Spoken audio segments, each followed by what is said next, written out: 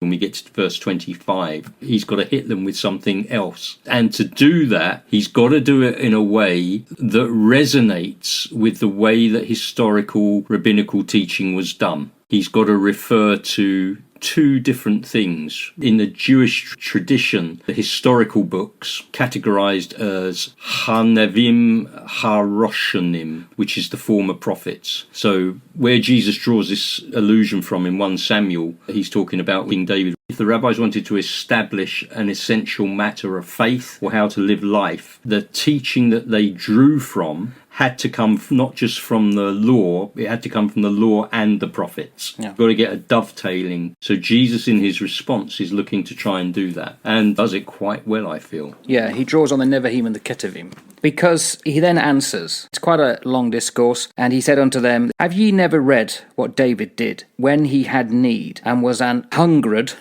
Hungered, yeah. This is the King James. I don't think I've ever come across that word apart from here. He and they that were with him. And he's referring to 1 Samuel 21:6, where it's all about showbread. So the priest gave him hallowed bread, for there was no bread there, but the showbread that was taken from before the Lord, to put hot bread in the day when it was taken away. Now, of course, that in itself is slightly out of context. You've not read what's come before, unless you've read the scripture. David's gone to see a priest, Ahimelech, and the only bread that could be available to the hungry was the showbread, which was not touched by women, and it was for the priests to use at specific times. That's what Jesus is referring to here, isn't he? Yeah, he's taking this story of probably the most well-known Israelite of the day, or the best-known, most well-loved kings, and saying, hang about a minute, you're telling me what I'm doing is unlawful. Let's just have a look and see what our great king did, and see how unlawful he was. If you to imagine, draw a line down the centre of the page from top to bottom, and on the left side you've got King David, and on the right side you've got Jesus. And what he does is he almost draws a parallel. You've got David and his companions who are hungry, and then on this side you've got Jesus and his companions who are obviously hungry. Then you've got David and his companions who began to eat the showbread, and on this side you've got Jesus and his lot who ate.